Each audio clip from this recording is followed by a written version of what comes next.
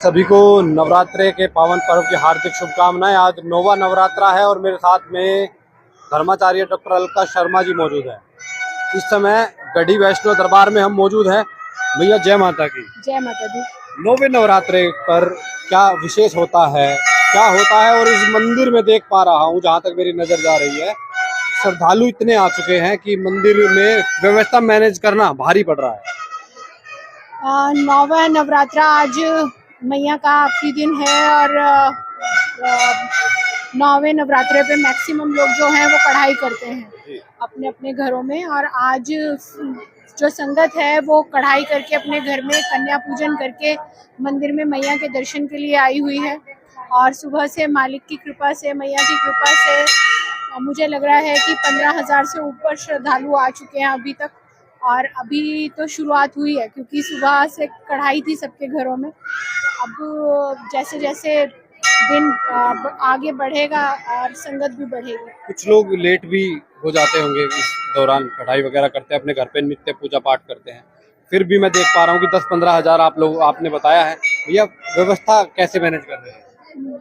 यहाँ की व्यवस्था खुद मैया मैनेज करती है, हम लोग नहीं करते हैं। आपके सामने आप देख लो कि बहुत ज़्यादा यहाँ पर लोग नहीं हैं मैनेज करने के लिए। तो मुझे ऐसा लगता है कि यहाँ पर स्वयं साक्षात भगवान आके ही सब चीज़ों को व्यवस्थित करते हैं। भाई फिलहाल मैं माता के मुख्य दरवाजे पर खड़ा हूँ, मुख्य द्वार पर खड़ा हूँ। ये वो भीड़ है, ये वो लाइन आप लोगों को दिख रही होगी, और ये वो रास्ता है जो गुफा की ओर जाता है। ये अभी लिखा भी हुआ है। अब हम गुफा में से जाना तो मैया इम्पॉसिबल होगा, ऊपर से चलते हैं और देखते हैं किस तरह से चीजें व्यवस्थित होती है। और मैया और लोग क्या कुछ भाव लेकर आते हैं इस मंदिर में?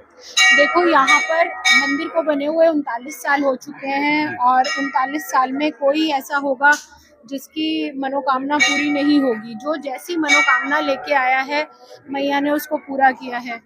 जिनकी गोद नहीं भरी थी, मैया ने बहुत सी गोदों को भरा है। जिनके पास कारोबार में दिक्कत थी उन सबको कारोबार मिले हैं, जॉब्स मिली हैं, सेहत मिली है। कई वेंटिलेटर्स पे चले गए थे लोग और वहाँ से भी वो लोग ठीक होके आए हैं। तो अपने आप में ये बहुत बड़ी बात है। बड़ी कृपा जो है वो मैया की दरबार। जी बिल्कुल, मैया साक्षात विराजमान है यहाँ पे। और कलयुग के अंदर सबसे अच्छी चीज जो है वो ये कि भगवान ने जगह जगह पर अपना वास करके लोगों के संकट हरने के लिए खुद बीड़ा उठाया है। और वो क्योंकि कलयुग है, कलयुग में परेशानियां भी बहुत सारी हैं और भगवान इस टाइम हर अब हम मंदिर के किस स्थान पर खड़े हैं? ये हमारा नवदुर्गा मंदिर है पीछे, और अभी खाटू श्याम बाबा की यहाँ से चढ़ाई शुरू होती है। तो हम लोग एक सेंटर प्लेस में हैं यहाँ पे। गुफा द्वार से जब हम लोग निकलते हैं तो शनिधाम और भैरव बाबा की दर्शन करते हुए हम लोग यहाँ पर पहुँचते हैं। तो ये वो मंदिर प्रांगण है जो माता जी के पिताजी ने एक नींव रखी थी। एक सपना उन्होंने रखा था कि जो लोग माँ वैष्णो दरबार यानी कि जम्मू कटरा तक नहीं पहुंच सकते, किसी कारण वो असमर्थ है, तो उन लोगों को एक माता वैष्णो दरबार की हूबहू वैष्णो दरबार की फील आए, ऐसा स्ट्रक्चर का निर्माण जो है वो कराया है। और आपको मैं दिखाना चाहूंगा कि गुफा जब एंट्री करते हैं तो गुफा में से एंट्री करके शेरमुख आता है। पहले की वीडियो में आप लोगों ने देखा होगा। और यहाँ से हूबहू आप नक्शा देखिएगा कि किस तरह से ये चीजें व्यवस्थित की गई है। भैया इसके पीछे बाबूजी का क्या सपना रहा? इसके पीछे एक बहुत ही सुंदर वृतांत आपको बताती हूँ। 28 दिसंबर 1986 में मैया का यहाँ पर आगमन हो गया था गढ़ी हरसू में। और आपको बताऊं, मैं हम लोग हर साल वैष्णो देवी जाते थे। और जब 86 में मैया के यहाँ पर स्थापना हो गई और 87 में हम लोग फिर से वैष्णो देवी गए, तो उस टाइम मैया के दरबार पे इतना रश था कि हम 7 दिन लगातार कटरा से वापस जम्मू आ रहे थे। दर्शन के लिए ऊपर जाना ही नहीं हो पा रहा था। और डैडी जब हम लोग बस से जाते थे वहां पे, तो डैडी की ना तो वो सोए थे ना वो जागृत अवस्था में थे। और भैया मेरे पे इस चीज पर ना एक वाक्य ध्यान आया, मैया बच्चा बुलाए और मैया दौड़ी चली चली आए सीरियसली। और मैया का उस टाइम डैडी को आदेश हुआ कि अब तू यहाँ क्या करने के लिए आता है, अब तो मैं तेरे पास आ गई हूँ। और 1987 जून में हम लोग गए थे वहाँ। उसके बाद डैडी कभी भी वैष्णो देवी नहीं गए। वो यहीं और थी उनका मंदिर पे। हाँ, फिर वहाँ हूबहू आप ये देखो 1000 गज जगह के अंदर मिनी वैष्णो देवी अपने आप में एक बहुत बड़ा अद्भुत चमत्कार है। कभी सोच ही अद्भुत नहीं चमत्कार सकते भी है और अलौकिक दृश्य भी मैं कहूंगा। ये आप देखिएगा, यहाँ से थोड़ा सा व्यू आप देखने की कोशिश कीजिए। ये लोगों को देखेंगे, ये गुफा की तरफ जा रहे हैं, कहीं ऊंचे पहाड़ की तरफ चढ़ रहे हैं, मतलब आपको, और भीड़ आप लोग देखिएगा।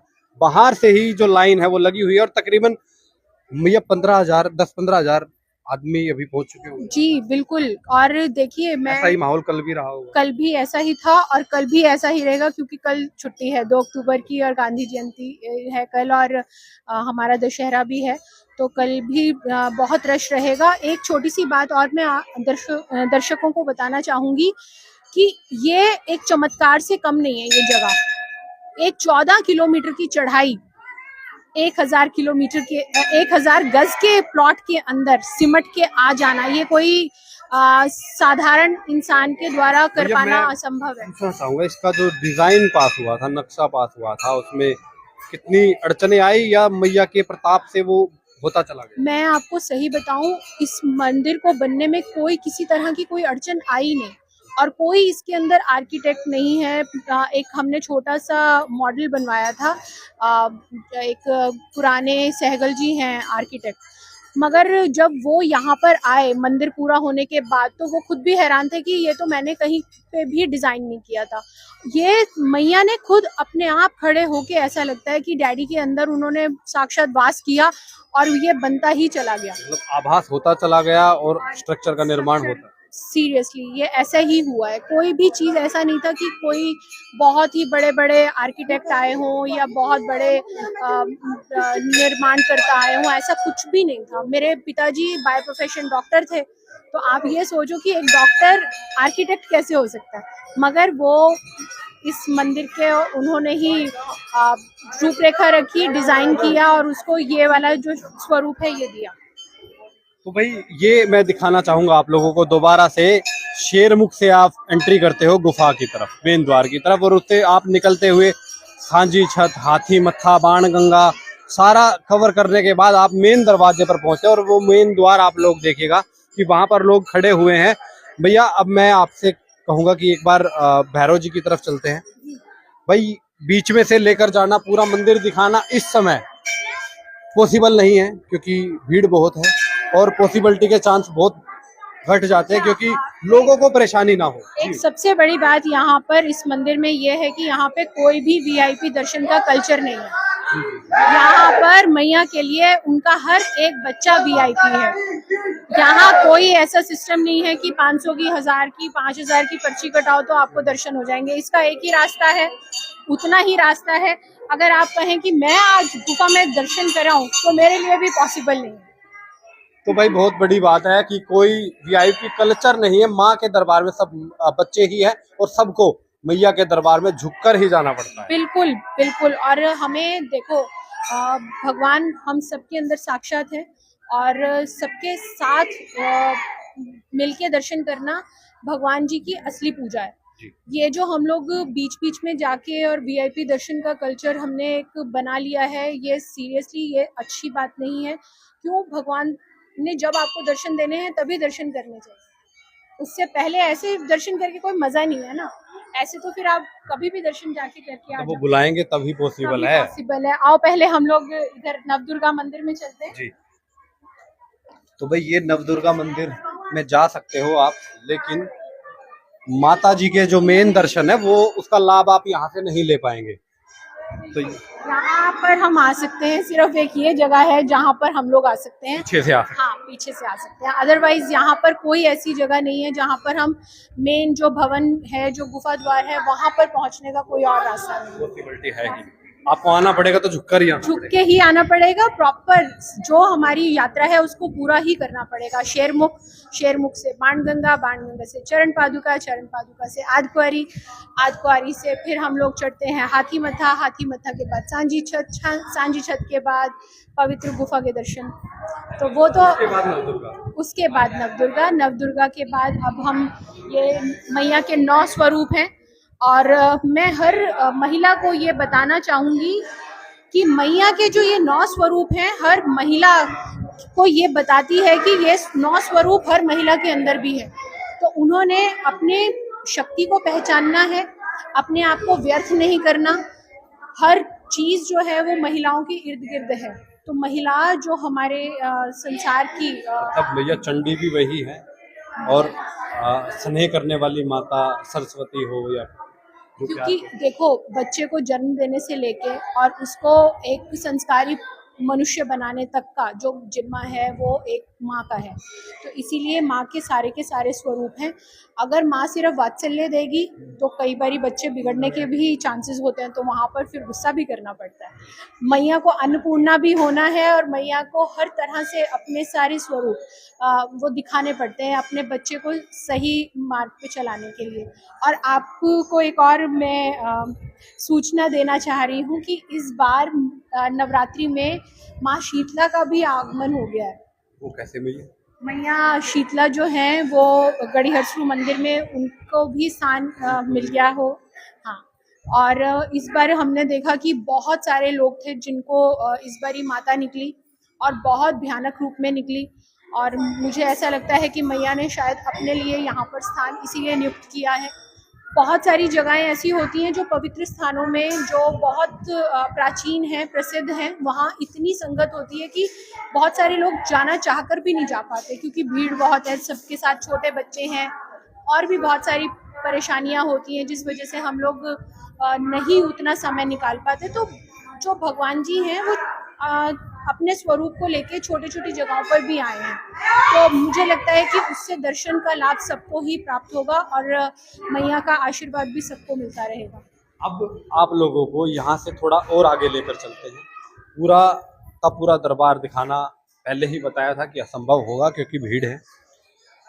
अब हम ऊपर पहाड़ की तरफ चलते हैं और पहाड़ पर आपको भैरव जी के दर्शन, यानी कि अब आप ये मानिए कि आप वैष्णो देवी से होते हुए अब आप पहाड़ी पर आ चुके हैं और पहाड़ी पर आप साक्षात भैरव जी के दर्शन आप करेंगे। तो ये यहाँ पर 2 दर्शन एक साथ हैं। यहाँ पर शनि मंदिर भी है, हमारे नवग्रह भी यहाँ पर स्थापित हैं और साथ ही यहाँ पे हमारे भैरव बाबा भी हैं।